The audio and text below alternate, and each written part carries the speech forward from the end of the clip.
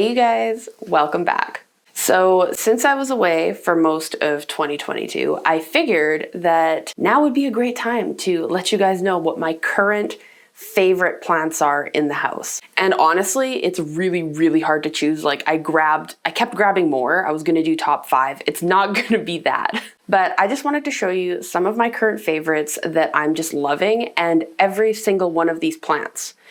Yes, every single one of these is just living in my living room. So they don't need any special care. A lot of them aren't even that expensive, and most of them I got starting from like 3-leaf little teeny tiny baby cuttings. Also, last year around this time, I think my favorite plants were still probably anthuriums. I still love a good anthurium, but a lot of them are really picky for Canada, so most of those live inside of a greenhouse in my home. What I love so much about each one of these plants that I've picked is that they can just live in my Canadian home, winter, summer, whenever, and I don't even add any extra humidity to the space. They just thrive under the most basic conditions, which is why I love them so much. After having kind of like a weird mental health year, I feel like these are the types of plants that I just need in my life. They're green and beautiful, and they make me so happy, and they don't need a whole lot from me. So let's get into it with the first plant, and I've shown you guys this before. This is still one of my favorite types of plants. It's called an Anthurium clarinervium. Throughout this whole video, I apologize if my pronunciation isn't good. I can read the words, but I read them a certain way in my head, and I don't have a lot of plant friends in person to bounce names off of. So anyways, here is my Anthurium clarinervium. This is the Anthurium that lives in my living room on the shelves. So there's kind of his biggest leaf, and I have big hands, so that's a big leaf, and it is gorgeous. I actually even posted a photo recently on Reddit. I'll post the photo up over here. And a lot of the comments were actually about the Anthurium instead of the albo. So that's when you know it's a beautiful plant, when people just notice it, you know? So I love and appreciate this clarinervium because I water it maybe about once a week, just when it's really dry. And it always looks amazing. This one leaf came out a little deformed. I believe the cause of this is calcium magnesium deficiency. I may be wrong, leave in the comments if I'm wrong, but whenever this has happened to me in the past, I've found that adding CalMag to the Anthurium's watering a couple times seems to correct this issue. But yeah, it's still beautiful. The veining is just gorgeous. Okay, my next favorite, I'll show you 2 different types. So this is a Hoya lacunosa silver, or super silver, or whatever. You can actually see some of the original leaves are like basically purely silver. As it's grown out, they've got a little more splotchy, and some of them have even kind of basically actually lost the pigment, but these original leaves are super silver. I have a ton of these around my home, and every single plant that I own of this, including ones that I've sold or traded or given to friends, they all came from the same 3 or 4 leaf cutting that was the very first video ever on this channel. So I just think that that's really cool that these grew that fast. And what I love so much about the lacunosa is that they're these small leaf trailing Hoyas. They just have such a beautiful form, like they hang off of my shelves so nicely. They flower all the time, and the flowers actually smell really good in my opinion. I know that everyone's got a certain scent that they really love. I think that the lacunosa smell beautiful. So that's a lacunosa silver, and this is just a regular lacunosa. I think I got my first lacunosa, oh yeah, it's just a little tiny guy, one of my first plants ever, again, as a cutting at a local plant shop in like, it was just a cuttings, so it was grown like semi-hydro. And yeah, now I have same thing, oh my goodness, probably 6 plants this size, plus many more that I've traded away, all from that same small plant. It's crazy how fast plants grow, but maybe that's another reason why I love these lacunosa so much. and they're just such a beautiful plant. The leaves are so shiny, they don't need watering all the time, and yeah, they just flower all the time. So this is just like a darker leaf version, the standard lacunosa version. Okay, next one. I feel like everybody owns one of these. They're pretty easy to find, usually not too expensive, especially now that plant prices have come down, thank goodness. But this is a Hoya curtisii, and I have mine on a plant, like a Hoya.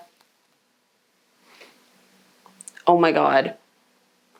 I have mine on, it's like a little wreath, and I have mine staked up. I never liked the looks of Hoyas kind of on the ring, but a local company to my town reached out to me. I will put their Instagram here and below because she was amazing. And she sent me a few different products to try. And as soon as I wrapped the curtisii around it, it was just so full and beautiful. Like, this plant is huge. It's so long. And so you can see it's wrapped around like quite a few times. And yeah, as it grows, I just keep tucking it in so it'll keep growing around. But it looks so pretty, and I just think it looks so unique on my shelf. I've got a few different circular elements on one of the shelves. I'll pop a photo in over here to kind of show you what I mean. And I loved it trailing as well. I love trailing plants. So that being said, if you have any Hoya trailing recommendations, especially ones you don't often find around that I can kind of hunt for little cuttings of, let me know below. I love the type of Hoya that just has little small leaves and trails really beautifully, but I love it on this stake as well. It's so cute. This just made me love it even more. So I had to kind of show how that looks on one of these little wreaths. Okay, here's kind of a random one, but my friend was placing a plant order with North Shore Tropicals, and in order to save on shipping, she asked if I wanted to get anything, and there were a few different Hoyas that were reasonably priced, so I was like, yeah, throw me in for one of those, whatever, I'll split the shipping with you. So a year ago, I tossed it in my greenhouse on the top shelf as close to those mother grow lights as I could, and it grew like crazy. So I sent a photo to my friend to show her mine because I forgot what it was even called, because it was like a Hoya that I had just bought on a whim. Like it didn't mean a lot to me when I bought it. And she was like, what? That can't be it. That's not what mine looks like at all. But I believe this is called a Hoya rosita, and it's kind of got longer leaves. I love the color of this. So online, if you look up this specific Hoya, it shows the leaves way brighter and almost like an orangey kind of a tint, I think, if they get really sun stressed. But mine sat under the crazy grow lights forever, and it never really seemed to get sun stressed. It just grew a bunch. And now it lives in my living room and it's still growing like crazy. So I love this plant so much. But the color tone of that green, like it's almost, it's got like that kind of bluey undertone, or like it's really, really deep toned. And it is just such a gorgeous plant. So this makes me happy every time I look at it. And since it's a Hoya, it, same thing, just barely requires much care. I can let all of these dry out a whole bunch before watering them, and they're okay. Okay, one more time for that color, because I don't know how to describe it, but it is just something else. It's so nice. So next Hoya.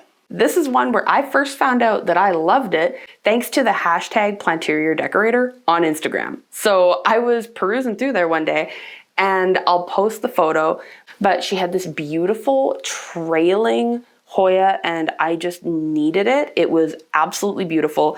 And so I asked her and she said it was a Hoya linearis. So same thing, this was a cutting and I have chopped it many a time. So it's way shorter than it should be, but it's still so long. And the way that this trails over your shelves is just gorgeous.